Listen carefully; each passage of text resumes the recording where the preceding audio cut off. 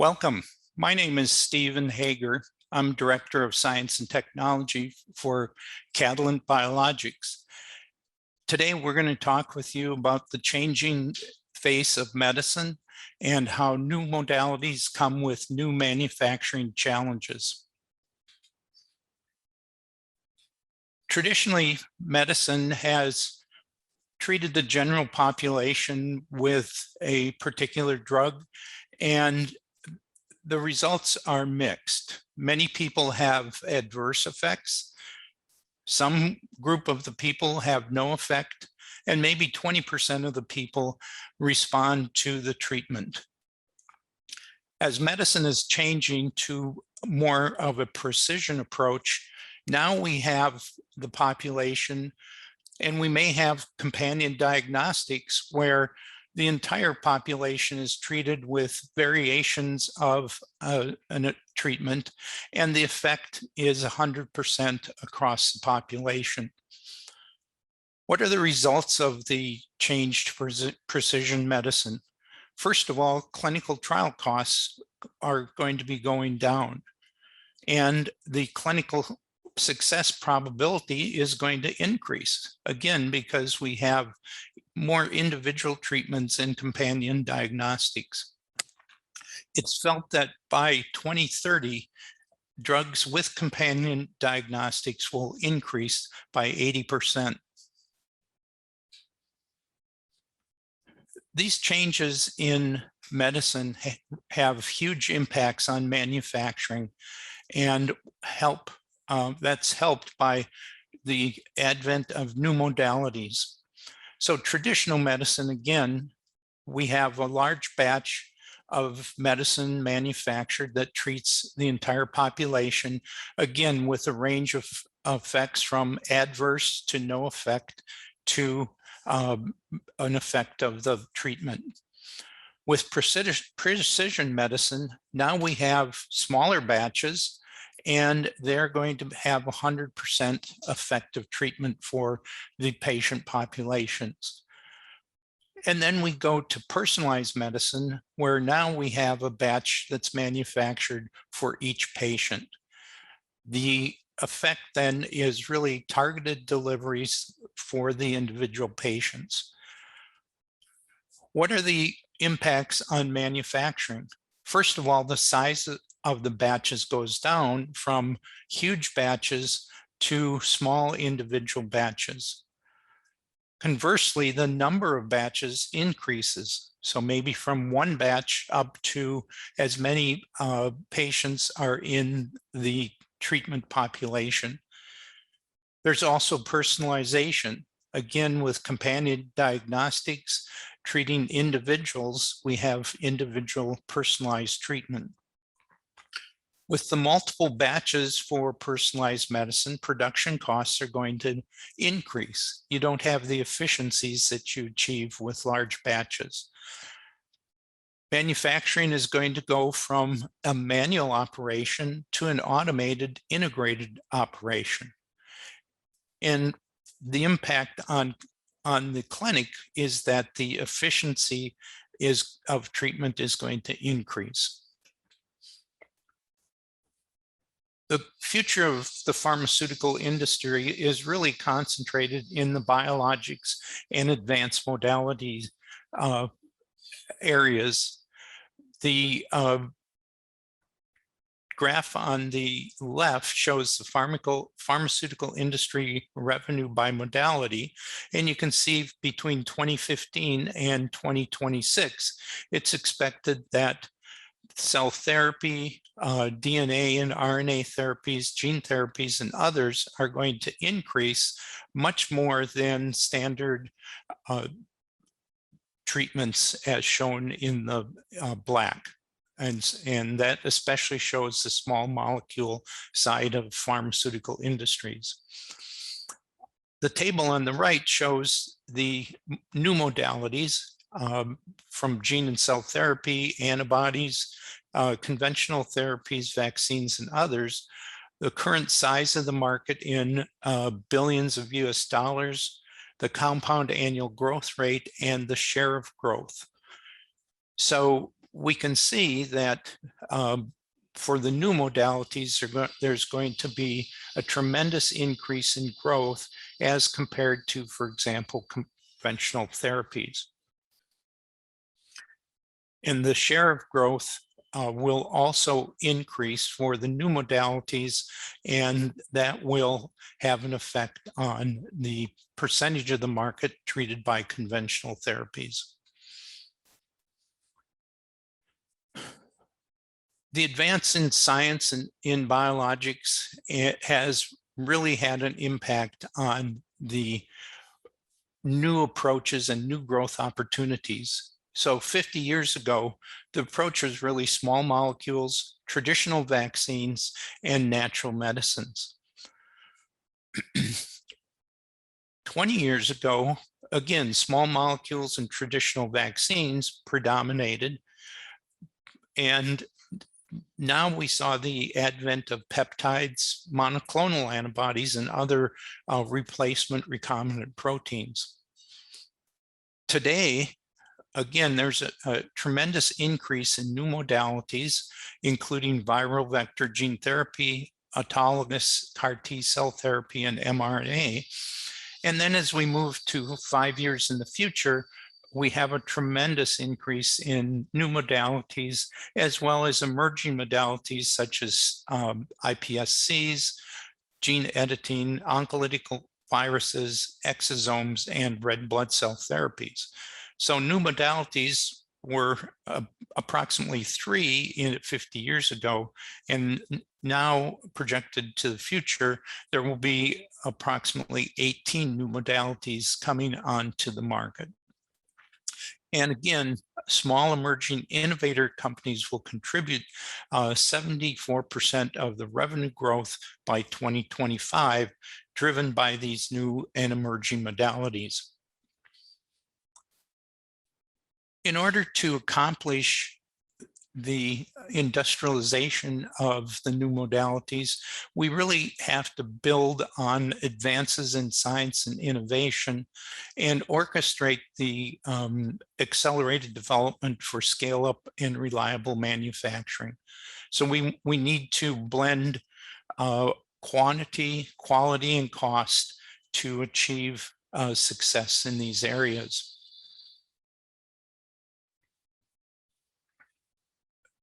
Manufacturing technology innovation is really driving the promise of these new modalities. In the left-hand column, we see a list of the new modalities, including viral vector therapies, autologous cell therapy, multi-specific and conjugated proteins, messenger RNA, exosomes, and the iPSCs. In the evolution, we see that we have to move the manufacturing of these new modalities to really improve them. And for example, for viral vector and gene therapy, we have to have transient transfection through suspension and serum-free medium, and overcome the challenge of full versus empty vectors. The autologous cell therapy, we need to develop closed automated systems. For multi-specifics, we have to improve and build on integrating vectors and conjugation technologies. mRNA, we've seen the evolution to mRNA vaccines. And then we will have coming on board exosomes, as well as for the iPSCs, generation of quality master cell banks. It's also highly desirable to have novel serotypes for viral vectors, to develop allogeneic and single cell therapies. For multi-specifics and conjugates, we want to develop high expression systems with novel linkers and payloads. For messenger RNA, the goal is really to look at point of care treatment Exosomes, again, we're looking for purification, isolation, and industrialization of the exosomes. And then iPSCs, we're looking again for universal master cell banks as well as scale up in the culture. And you can see that this will drive the number of pipeline assets as well as pipeline growth. Catalent is working to meet these challenges of the new modalities through both inorganic and organic growth. This slide shows the history of Catalent starting back in 1996 with cell line development and our Gala Biotech acquisition, which occurred in 2002, 2003. And under that time frame, Cardinal Health was the owner of the technologies. Cardinal Health then sold a division to Blackstone Equity to create Catalent. And we've since then acquired and developed multiple different facilities as shown on the slide, including Redwood Biologics in Emeryville, Cook Pharmica in Bloomington, Illinois, our Paragon Bioservice acquisition, giving us facilities in Baltimore, our acquisition of Novavax facilities also in Baltimore to support gene therapies, Master Cell acquisition in 2020 to add cell therapies to Catalent's capabilities. We acquired additional facilities for cell therapy and gene therapy. And in 2021, we actually acquired Delphi to provide plasmid manufacturing capabilities. And just most recently, RheinCell to add the iPSC capabilities. And again, at the bottom of this diagram, you can see that we've added technologies, manufacturing services, and development from early stage all the way through commercial manufacturing. As we've seen over the years, there's been an unprecedented number of approaches at yielding new growth opportunities. And 30 years ago, for example, Chinese hamster ovary cells were first used to manufacture TPA and resulted in a huge revolution in generating recombinant proteins as well as antibodies. 20 years ago, we saw the advent of stirred tank single-use bioreactors, clone selection, and highly stable production cell lines. We also saw for small molecules, particle engineering, solubilization technologies, spray dryings, and the advent of lipids to create, for example, lipid nanoparticles. Today, we're seeing further improvements in the titers for recombinant protein production, and we're also seeing improvements in data analytics and process intensification through the use of ATS and SMBC, which is simulated moving bed chromatography. The next challenges for this area will be looking at bi and multi-specifics, BiTEs, DARTs, as well as antibody drug conjugates. For the smaller molecules, we'll see improvements in solubility. We'll see precision manufacturing on demand. Some of the specific technologies that Catalent has acquired include our proven GPEx protein expression system, which is really a suite of technologies, starting with our original GPEx moving to improvements using GPEx Boost, which combines the recombinant, the retrovector technology of GPEx with the selection technology of the GS system, and most recently our GPEx Lightning system. With our original GPEx, we use a retrovector, which is a specific attachment to a particular cell like a CHO cell. And this enables us to insert genes without antibiotic selection, no gene amplification, no need to test genetic stability, and we get titers up to 7 grams per liter. We've used this technology to support more than 120 clinical trials and more than 13 commercially approved products.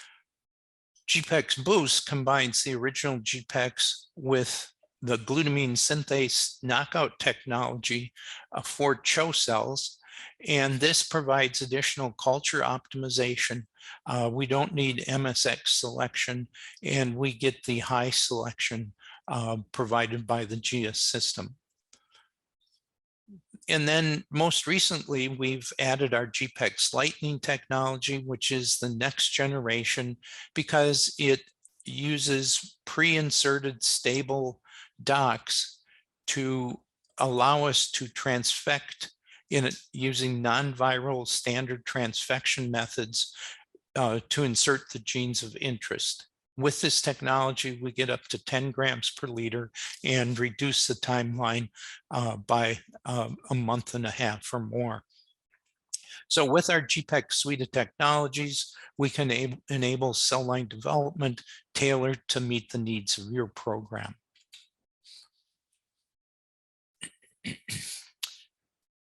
With all the advances in antibody technologies, we see a complex universe of new antibodies beyond traditional mAbs. Their new proteins are increasingly complex. There's no current indication that any scaffold will emerge as being the dominant scaffold, and each scaffold shares common traits of productivity and quality challenges. Using our protein expression system, Catalent has shown success to express difficult to express proteins, as well as to be able to insert sites into the antibody for site-specific bioconjugation. On the right-hand side of this panel, you can see the multiple different antibody modalities. And again, with these multi-specific scaffolds, we've shown that GPEx can express these proteins at manufacturing scale and efficiently.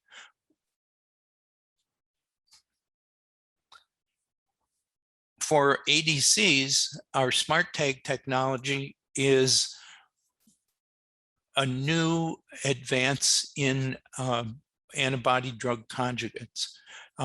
We brought this on board in 2014, and it enables us to actually insert the conjugation site in multiple different positions on the antibody, and really helps to overcome issues with the first generation ADCs. And we also are developing stable linkers.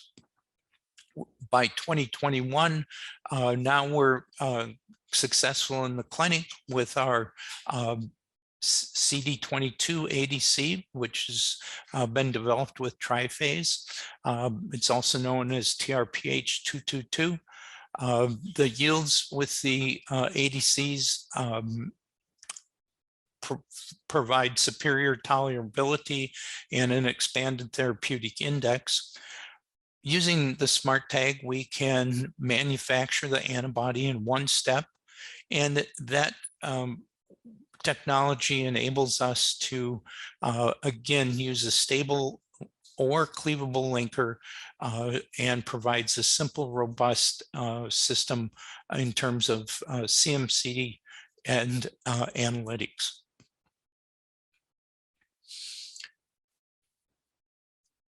Another area that Catalent is expanding and growing is AAV development and manufacturing.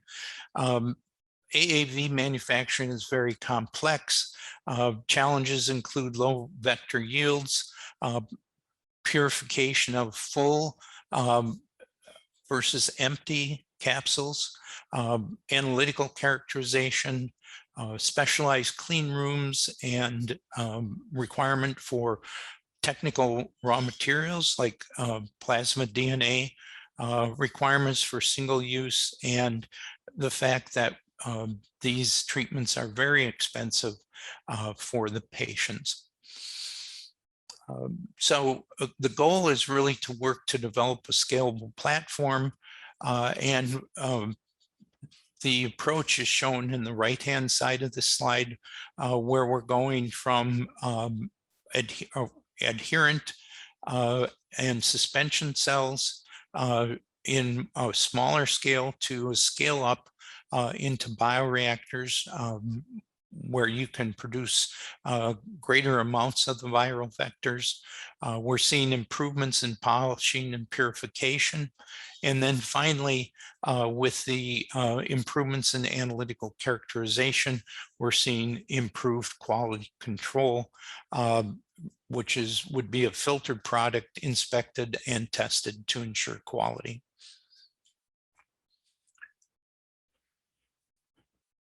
Catalent has worked to continually expand our capabilities in cell and gene therapy manufacturing by bringing operational efficiencies. And the way that we've done this is to combine our gene therapy sites in Maryland with our sites in Belgium that focus on cell therapy as well as plasmid DNA manufacturing. So for plasmid DNA manufacturing, as shown in the center of this diagram, we have facilities in Gosselies, Belgium, Rockville, Maryland, that can produce the plasmid DNA, and that plasmid DNA then can be used for gene therapy applications, as well as cell therapy applications. We can then, with our clinical supply group, efficiently ship the materials to the patients for the clinical trials. So Catalent can fully support the entire chain from creating the plasmid DNA all the way through delivery of the product in a vial to the clinical trial site.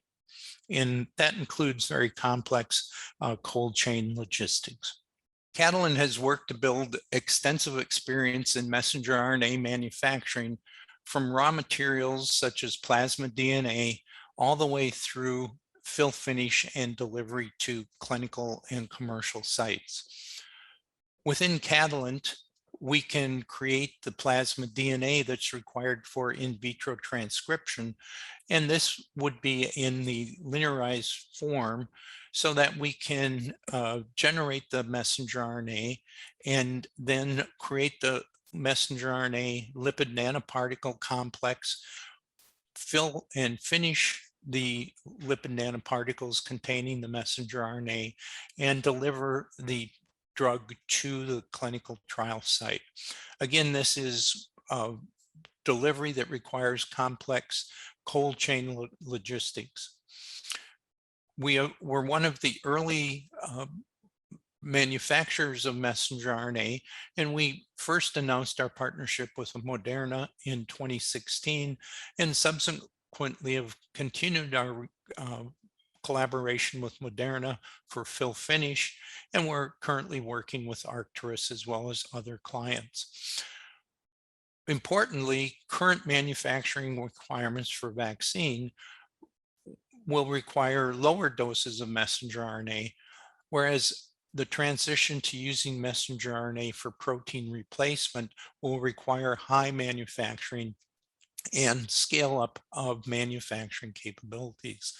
Also, there's a trend to go away from injection when possible and to move to inhalation, especially for conditions such as treating the COVID virus. Another new modality is the advent of iPSCs, which are really seen as the next generation of cell therapies. So iPSCs can be obtained from a donor, and these iPSCs then are isolated from the somatic cells, and the somatic cells are really reprogrammed with various factors to generate the iPSC cells. And then through differentiation, those iPS cells are converted to other tissues that can be transplanted into patients. And there was obviously excitement about the advent of these types of cell therapies for oncology and regenerative medicine, as well as use in drug screening for new treatments. About 2015, the iPSC modality really began to take off and will be the treatment approach going forward, because iPSCs carry the potential and promise of becoming really the next generation of cell therapy products.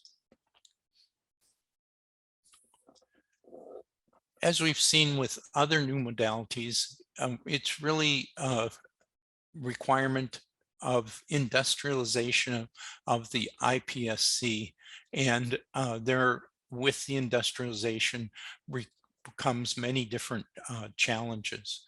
So again, we want to make sure that we have an approach that emphasizes quality, emphasizes quantity, as well as makes the manufacturing cost effective, so that this can be a treatment for a broad population of patients. Challenges that come with the iPSCs include immunogenicity, since we're starting with an approach that goes from autologous cells through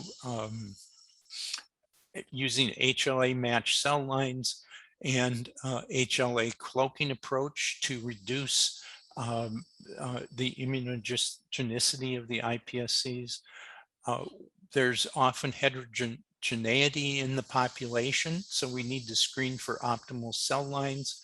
We have to have a robust differentiation methodology, and this really requires an optimized cell culture condition.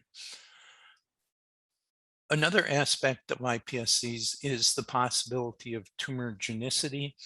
So we have to have ways to identify and eliminate undifferentiated cells. We have to eliminate the vectors that we use to reprogram the somatic cells. And we have to have the ability for deep sequencing of these cells to look for any mutations that may occur during the in vitro culture.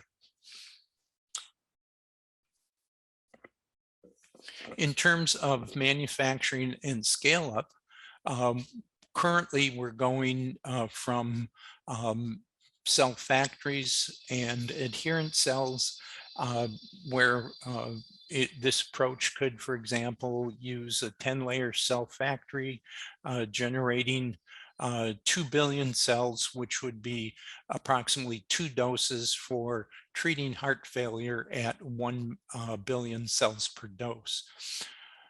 If we instead use the approach of suspension cells in a bioreactor, now we're looking at up to 400 billion cells per batch, which is a 275-fold increase. And that generates 400 doses of cells to treat, for example, heart failure. And that can be done in the same amount of time as the cell factories. As we look down the road to optimizing and industrializing iPSCs for treatment of a variety of conditions, we see that there are many different hurdles that we have to overcome. These include expansion and productivity increases. Again, we would look to strategies to increase the volume, for example, of suspension cells in bioreactors, generate larger banks of cells, and to begin to replace the cryo vials that are currently used with cryo bags so that we can handle these larger banks more efficiently. In terms of fill finish, we need to optimize the operations because the time out of freezing is very critical, and we need to keep it to less than 30 minutes. And again, we want to look for formulations that avoid the use of cryoprotectants such as DMSO, which could have deleterious effects on the cells or the patients. We also need to begin to approach the issue of purification at a large scale. We have to remove undifferentiated cells and be able to purify the differentiated product. And then we need to do improvements in gene editing strategies to generate T cells and natural killer cell protection, as well as look at new approaches for differentiating the somatic cells to generate the iPSCs. Catalent, in the various acquisitions and approach, is really a technology accelerator.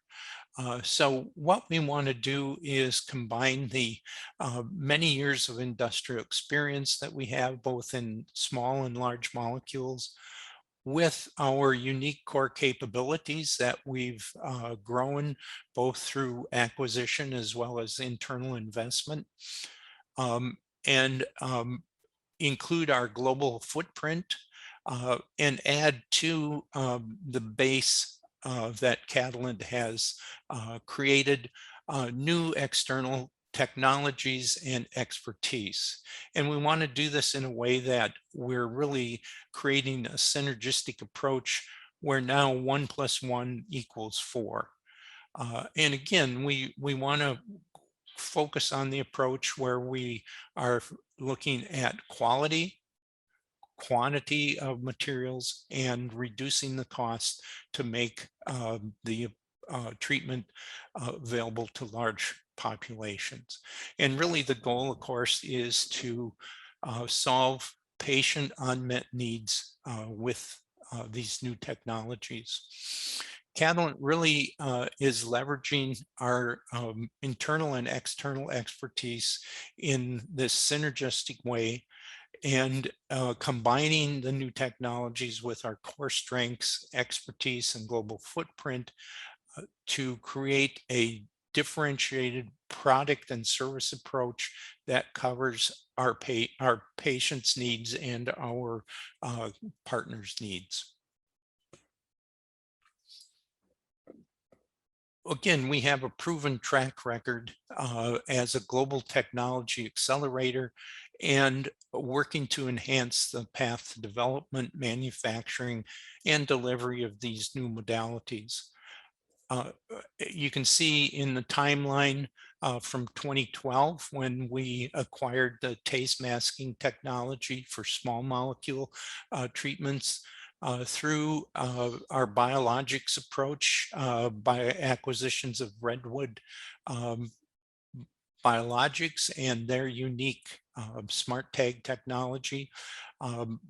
We've again been successful working with our partners such as Triphase and Exelixis to develop these new treatments and get products into the clinic.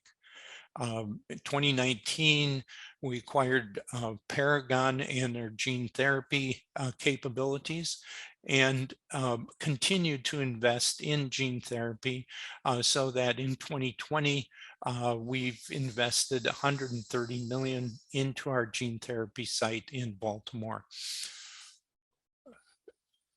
We've also continued to expand our cell therapy capabilities, starting again with our acquisition of MasterCell with sites in Gosselies, Belgium and Houston, Texas, and continued then that technology innovation by participating in ICONE, the consortia to develop iPSC derived cortical neurons.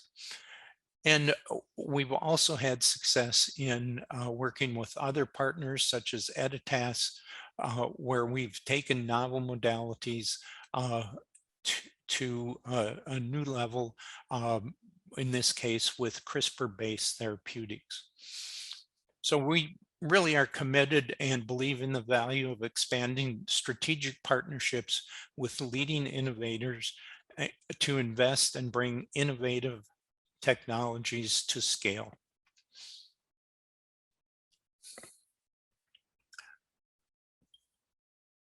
Throughout the presentation, we have presented examples of how Catalent is innovating and working to develop capabilities.